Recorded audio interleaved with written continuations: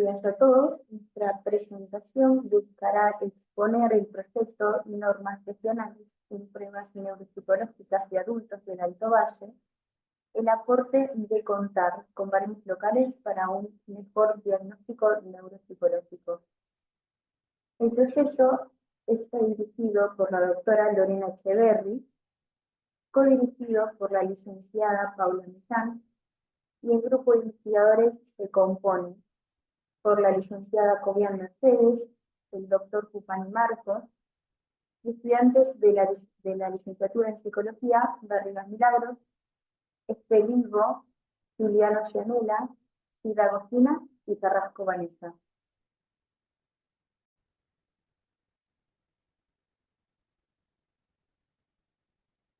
Para dar comienzo con esta exposición, vamos a contar brevemente algunos aspectos teóricos del proyecto, que tiene como objetivo relacionar la teoría psicométrica con la neuropsicología. Entendemos que la neuropsicología como disciplina, a la neuropsicología como disciplina le interesa tanto la construcción teórica como la aplicación de esta a la clínica. Esto es lo que plantea, por ejemplo, Lavos en el año 2008. Es así que toda evaluación tiene como objetivo poder categorizar, comparar, analizar y contrastar tanto datos de tipo cualitativos como cuantitativos, obtenidos mediante la aplicación de diversas técnicas. En consecuencia, Martínez Arias plantea que las pruebas neuropsicológicas son instrumentos de medida basados en un sistema métrico que deben cumplir con una serie de principios tales como la validez, sería el grado en que pretendemos hacer uso de las puntuaciones del instrumento con justificación teórica, exige examinar la red de creencias y teorías sobre la que se asientan los datos, probar su fuerza y credibilidad por medio de diversas fuentes de evidencia. Por otro lado, la confiabilidad, principio que busca estudiar los errores cometidos en el proceso de medición, por lo que responde al problema de hasta qué punto las cantidades observadas reflejan con precisión las puntuaciones verdaderas de un atributo medido en las personas. La sensibilidad, que es el índice que aporta la validez y permite conocer el grado en el que el instrumento es bueno para detectar a las personas que poseen determinado criterio que se busca medir de las que no. La especificidad, referida también a la validez, y determina el grado en el que un instrumento es bueno para excluir correctamente a las personas que no tienen el trastorno en cuestión. Es decir, la capacidad que tiene un instrumento para detectar estados normales. La estandarización es un procedimiento especificado con claridad para la administración y la puntuación con instrucciones rigurosas. Esto también lo ha planteado Soprano en el año 2009. Y finalmente, la normatización, que va a implicar normas apropiadas y específicas de aplicación para el individuo que se pretende evaluar.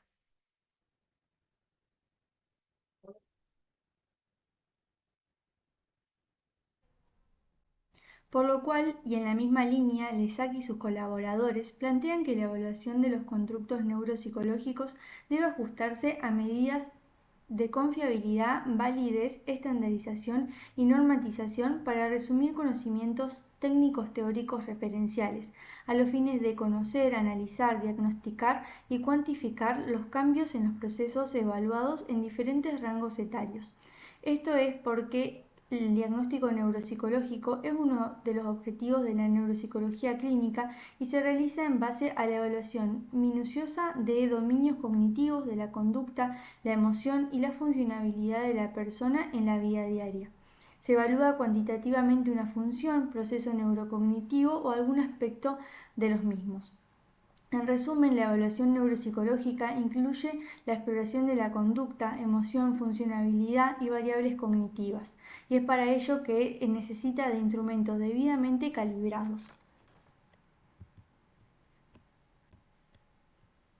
La literatura científica especifica que en las pruebas cognitivas deben ser utilizadas conforme a datos normativos, dada su gran utilidad para la detección temprana de deterioro cognitivo y demencia, y autores como Martínez Arias y colaboradores establecen que en la interpretación de los instrumentos de evaluación se toman como referencia las normas, es decir, que las puntuaciones son interpretadas con respecto a distribuciones de uno o más grupos de comparación, de modo tal que los percentiles, promedios y otros estadísticos derivados en los grupos de referencia pasan a denominarse normas, y es la comparación con estas la que da sentido a las puntuaciones, ayudando a la descripción o clasificación de los examinados.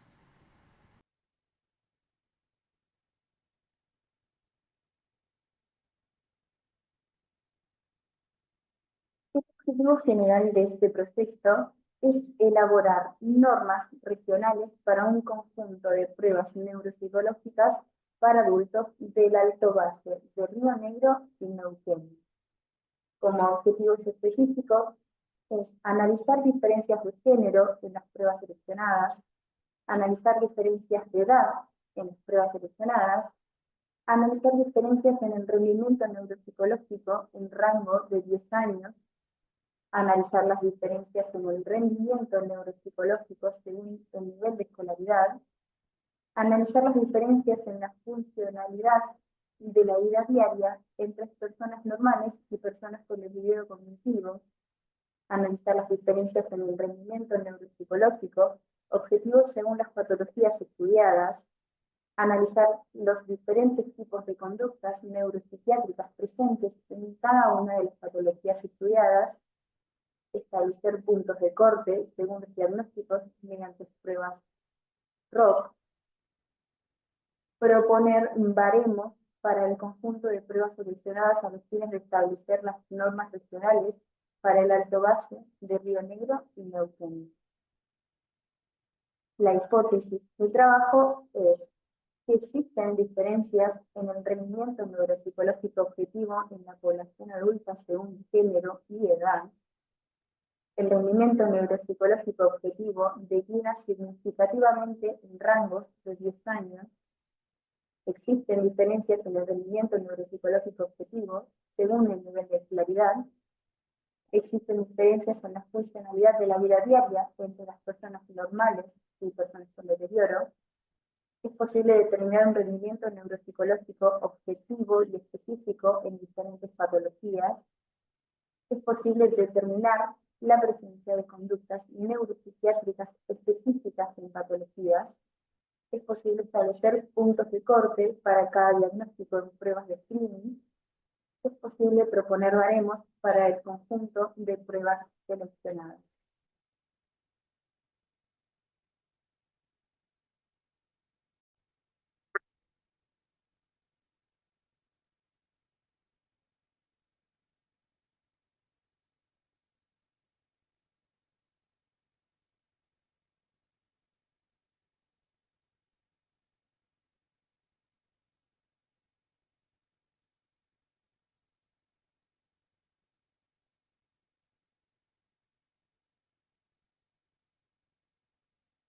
Bueno, ahora vamos a hablar acerca de la metodología de esta investigación. Esta investigación es derivada de la metodología de forma cuantitativa. Es un tipo de estudio transeccional, ex post facto, de comparación de grupos y de descripción de baremos.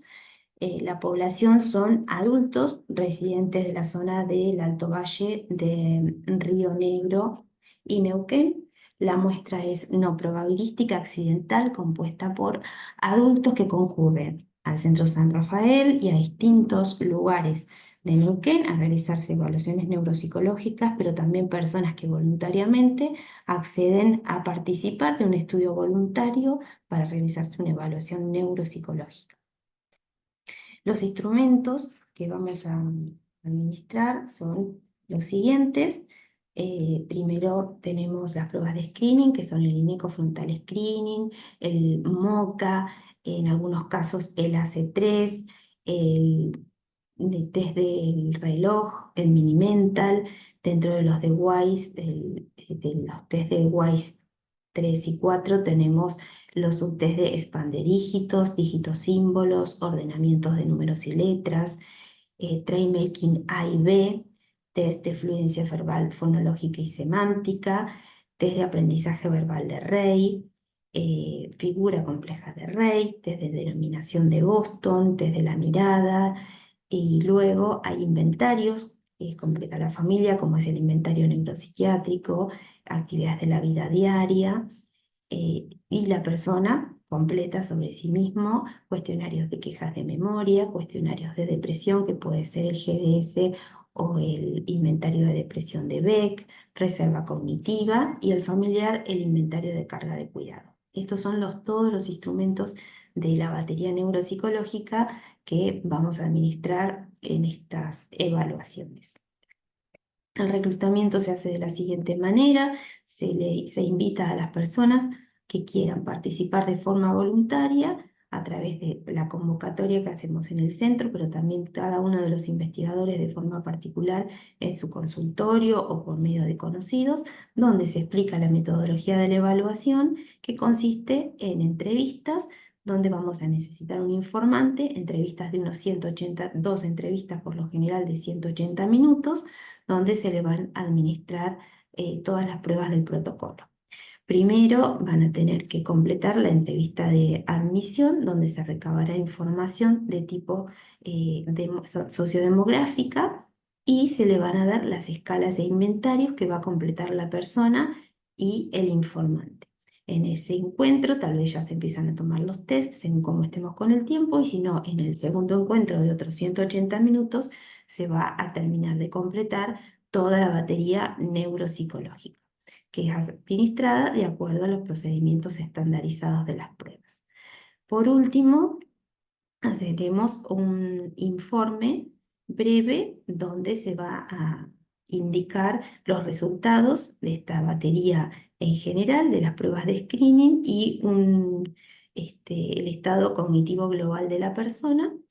Se le explicará, se le brindará el informe escrito y se dará una explicación, una entrevista de devolución de esos resultados, para que la persona conozca si su estado cognitivo es normal, y en caso de que su estado cognitivo no esté dentro de lo esperado, hacer la derivación correspondiente al especialista que se encarga de esto, como puede ser un neurólogo o psiquiatra. De manera que esta persona tenga la atención necesaria si los resultados no estuvieran dentro de lo normal.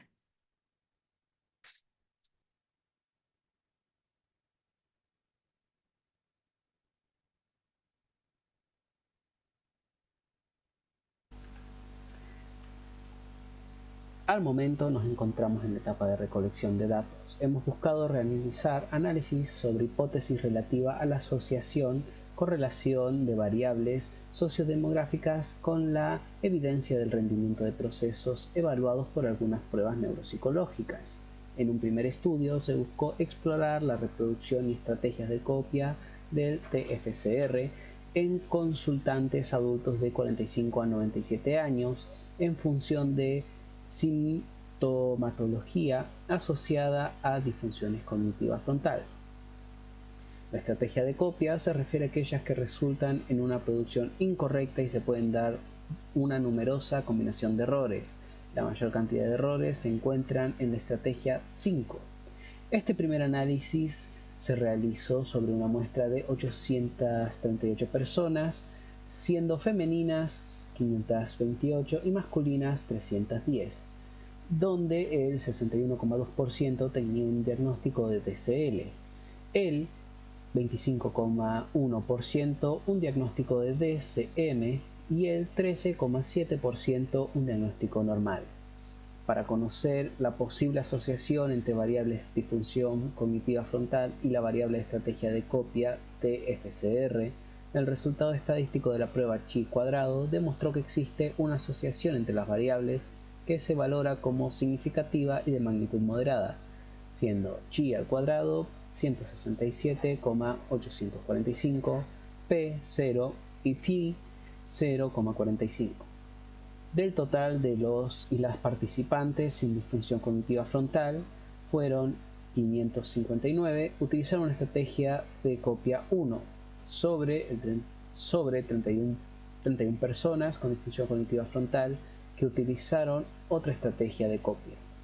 También se aplicó la correlación del coeficiente de correlación de Pearson entre los puntajes del IFCT, inecofrontal, y los puntajes obtenidos en la reproducción de memoria del TFCR de los participantes fue positiva de magnitud moderada, R negativa 0,580, 0,558 y P0. Es decir, a mayor puntaje obtenido en el IFTS, también se obtienen puntajes altos en la reproducción de memoria del TFCR. Esto coincide con estudios previos. Por otro lado, en un segundo estudio se buscó explorar la relación entre los años de escolaridad como variable continua, la reproducción y las estrategias de copia del TFCR en consultantes adultos con funcionamiento cognitivo normal de 18 a 97 años. En esta ocasión se seleccionaron 618 personas, 233 femeninas y 385 masculinos participantes sin diagnóstico de TC o patologías cerebrales demenciales, con nivel de escolaridad medio y alto en su mayoría. Los resultados mostraron que los adultos con mayor cantidad de años de escolaridad demostraron mejor calidad de recuerdo de copia con estrategias 1, 2 y 3, que evidencian mejor organización en el recuerdo que la estrategia 4. Al parecer, los años de escolaridad es una variable que influye de manera significativa en forma de codificar la información visual. Sin embargo, la correlación tiene bajo valor explicativo. Esto puede deberse a que la estrategia de copia 5 fue ejecutada por muchas personas de todos los diversos años de escolaridad.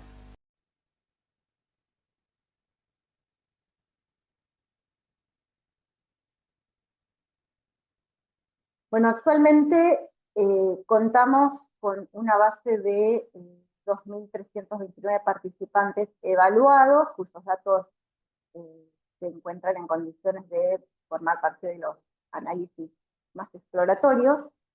Esta muestra cuenta con un promedio de edad de 66,7 años y una desviación estándar de 15,8 años.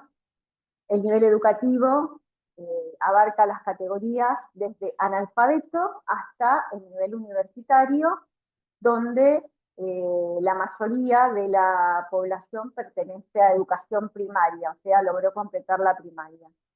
El género representado en el 62,3% por el género femenino y en el 37,7% por el género masculino. Respecto al motivo de consulta, la queja de memoria es el más frecuente, seguido por el accidente cerebrovascular y otros motivos variados de consulta que representan el 12,6%, que formarían el otro grupo. A ver si pasa la diapo así. Los diagnósticos cognitivos, respecto a los diagnósticos cognitivos, el 51,4% fueron diagnosticados con deterioro cognitivo leve, seguido por un 29,9% que presentó deterioro cognitivo mayor. El resto, el 18,7%, fue clasificado como normal. Se observa acá la complejidad de la muestra, ¿no? Aparte que ante la convocatoria generalmente se presentan personas que están preocupados por su estado cognitivo, ¿sí? Los porcentajes acumulativos, como decía recién, indica que la mayoría de los casos, el 81,3%, presentan algún grado de deterioro cognitivo, mientras que el 18,7% restante muestra una función cognitiva considerada como normal para el contexto evaluado con los materiales utilizados, y Estos hallazgos ofrecen una visión clara de la distribución y prevalencia de los distintos diagnósticos cognitivos en la muestra analizada. Por otro lado, se buscó también describir los resultados de algunas pruebas, agrupándolas por funciones cognitivas según los modelos teóricos actuales.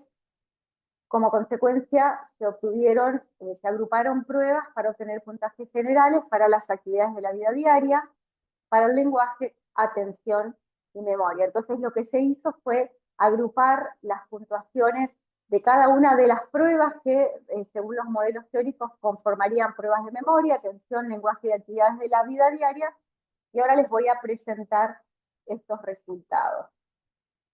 Bien, respecto a las actividades de la vida diaria, se pudieron agrupar todas las medidas de las pruebas de actividades expansivas, actividades básicas y actividades instrumentales.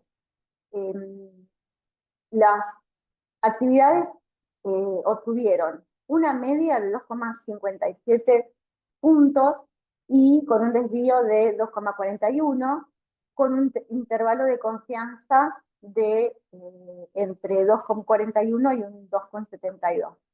La distribución de los datos presentó una simetría positiva significativa y una kurtosis elevada.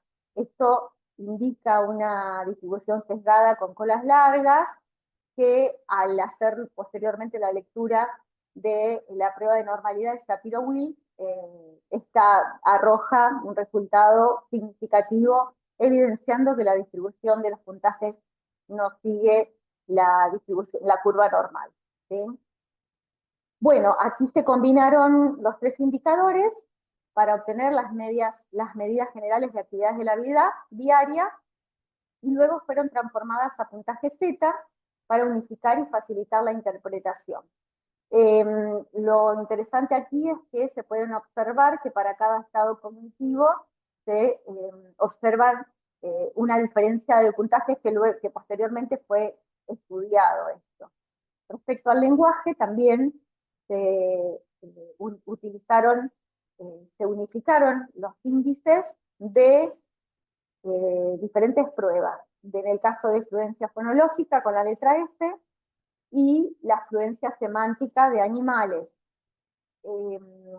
Respecto a la fluencia fonológica de la letra S, la media, el promedio de elementos recuperados por las personas, elementos verbales recuperados por los participantes, fue de 10,85 con un desvío de 5,57 y el intervalo de confianza oscila entre 10,63 y 11,7 con una simetría que también y una kurtosis que también sugiere una distribución relativamente simétrica. Sin embargo, ante la lectura de la prueba de Shapiro-Wills se observa que esta distribución no es normal, ¿sí? No tiene una distribución normal.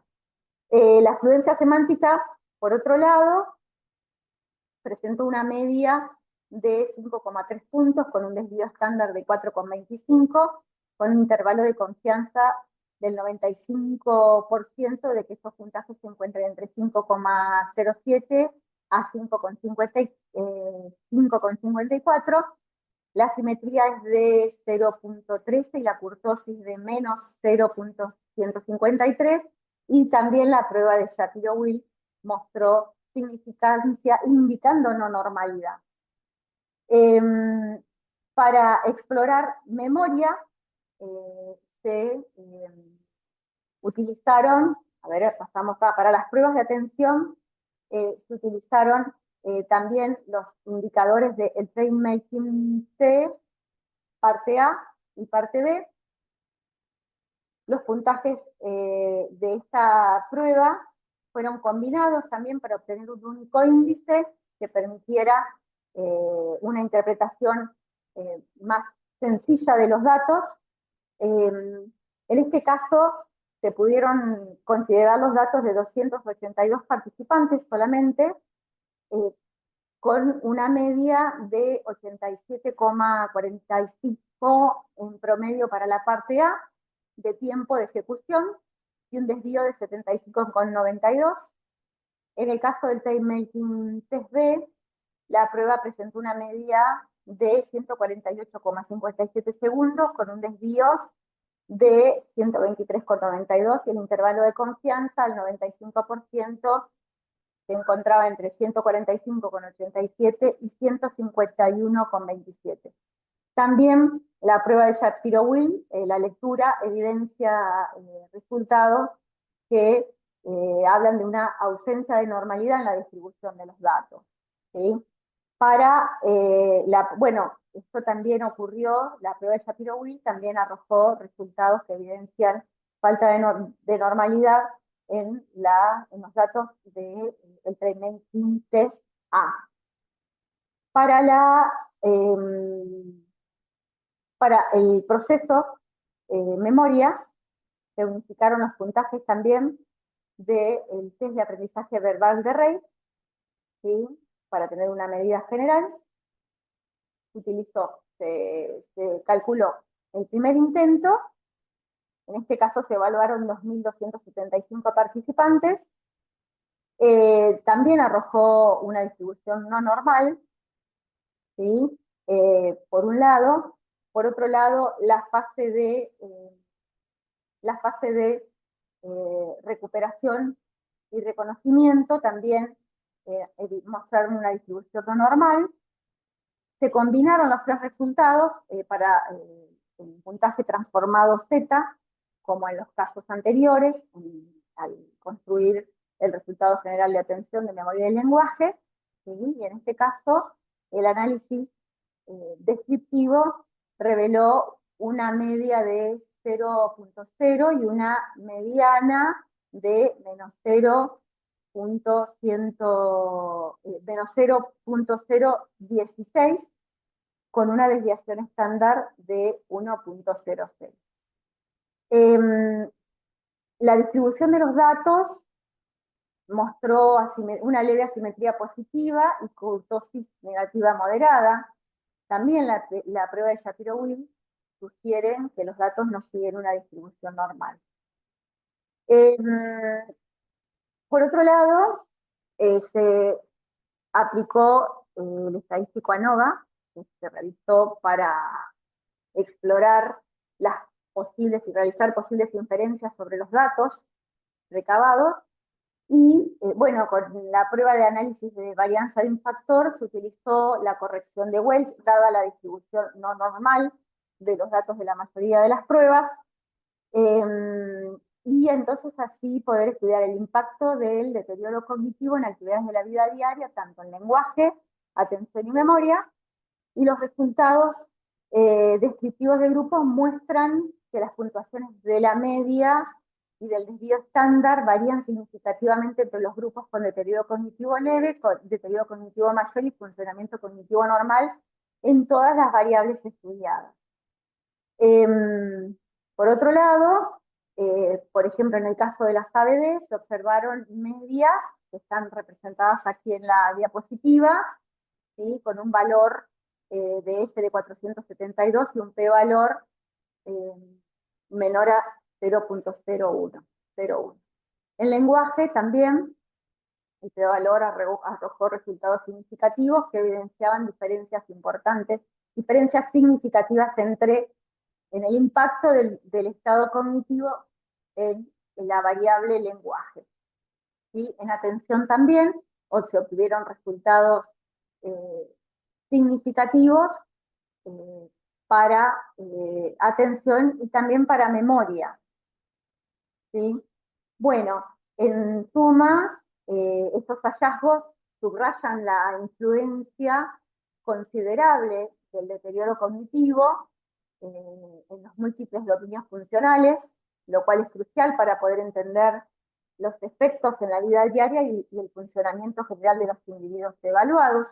Si bien la construcción de baremos se realiza básicamente a partir de población normal, como hemos podido abarcar tanto población, porque parte de los objetivos se centra en poder estudiar ciertos grupos clínicos también, es interesante poder observar el impacto del estado cognitivo en los procesos cognitivos evaluados. Las variables medidas en este estudio tanto actividades de la vida diaria, lenguaje, atención y memoria, permiten mejorar el diagnóstico diferencial entre el deterioro cognitivo leve, el mayor, y el funcionamiento cognitivo normal. Bien, para finalizar, nos encontramos en proceso de selección de participantes y continuamos cargando datos. A la fecha, hemos analizado datos para conocer la asociación en estos dos estudios que realizamos para obtener información sobre las pruebas de figura compleja de Rey como medida de funciones ejecutivas, conocer las variables, la variable años de escolaridad como explicativa de la estrategia de copia de figura de Rey.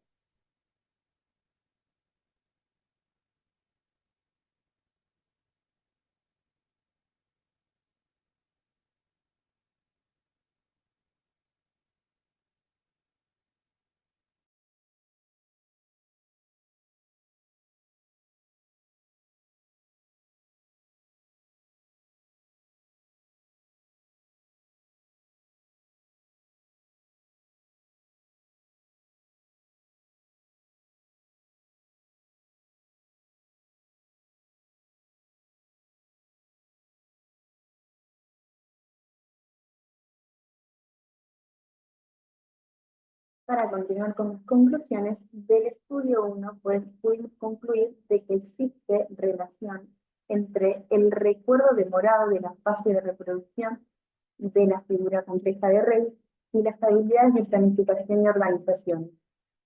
Hay asociación moderada entre la estrategia de copia de la figura de Rey con funciones ejecutivas, por lo que se abre la discusión sobre la posible utilidad de esta prueba en el diagnóstico de disfunción cognitiva frontal, al igual que en otros estudios.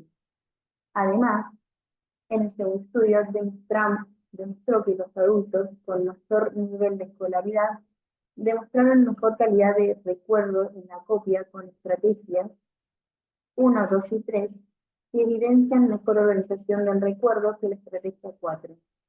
Al parecer, los años de escolaridad es una variable que influye de manera significativa en la forma de codificar la información visual. De la exploración de diferencias de rendimiento según el estado cognitivo, concluimos que las medidas obtenidas hasta la fecha ofrecen una evaluación detallada y objetiva de las capacidades funcionales y cognitivas de los individuos, proporcionando información crucial para identificar y distinguir los diferentes niveles de deterioro cognitivo. Esto facilitará a los profesionales de la salud de realizar diagnósticos más precisos y personalizados con datos regionales, lo cual es fundamental para planificar intervenciones y tratamientos adecuados según las necesidades específicas de cada paciente. Los pasos a seguir en adelante es la limpieza y acondicionamiento de la base de datos, el análisis de grupos según los objetivos de la investigación y proponer puntos de corte mediante pruebas ROC. La relevancia de este proyecto es que aporta a las diferencias entre la normalidad cognitiva y el deterioro, explorando estas en grupos. Por otro lado, aporta a las líneas de investigación de estudios precedentes como los de prevalencia realizados en la región del Alto Valle y Río Negro, precisando el conocimiento.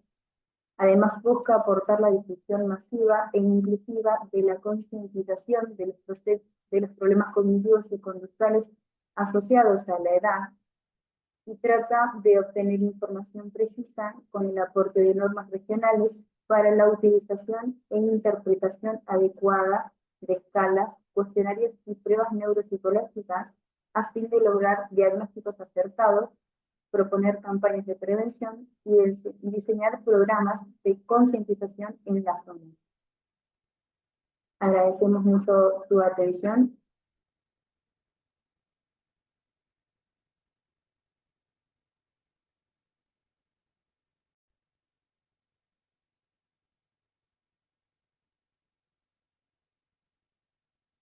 De esta forma damos por finalizada la presentación de los avances del proyecto y agradecemos mucho su atención.